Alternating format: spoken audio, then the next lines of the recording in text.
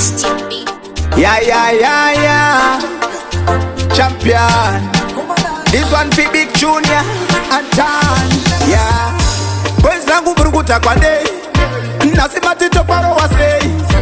Timu rangu mruguta kwa day. Nasima tito pakia say.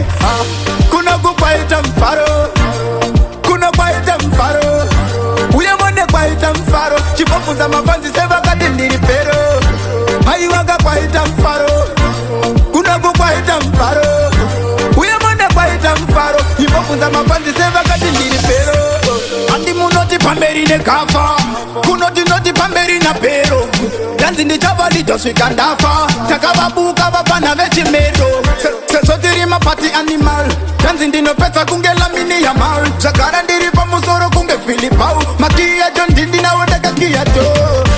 Kuna kwaita Mufaro. Kuna kwaita Mufaro. Uye mwone kwaita Mufaro. Chipofu za mafanzi seva kati ndiri pero. Haiwaga kwaita Mufaro. Kuna kwaita Mufaro. Uye mwone kwaita Mufaro. Chipofu za mafanzi seva kati ndiri pero. Anti maiti andizive zinu. Asinda kasikirwa kufata vanu. Takavara baba ya vechi finyu. Kana vano uya vatita kurasa hunu. Wezangu mruguta kwa day. Nasima tito paro wase. Timu rangu mruguta kwa day. Nasima tito pakia say. Kuna kwaita Mufaro. Kuna kwaita Mufaro. Uye mwone kwaita Mufaro. Chipofu za mafanzi seva kati nilipero. Haiwaga kwaita Mufaro. Kuna kwaita Mufaro. Uye mwone kwaita Mufaro. Chipofu za mafanzi seva kati nilipero. Andi munoti pamberi ne kafa. Kunoti noti pamberi na pero. Danzi ndi chavali joswika ndafa. Takababuka wapana vechi medo.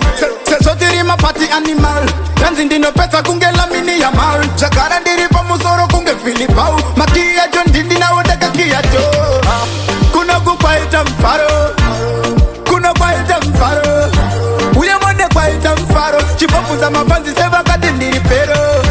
Haiwaga kwaita Mufaro. Kuna kwaita Mufaro. Uye mwone kwaita Mufaro. Chipofu za mafanzi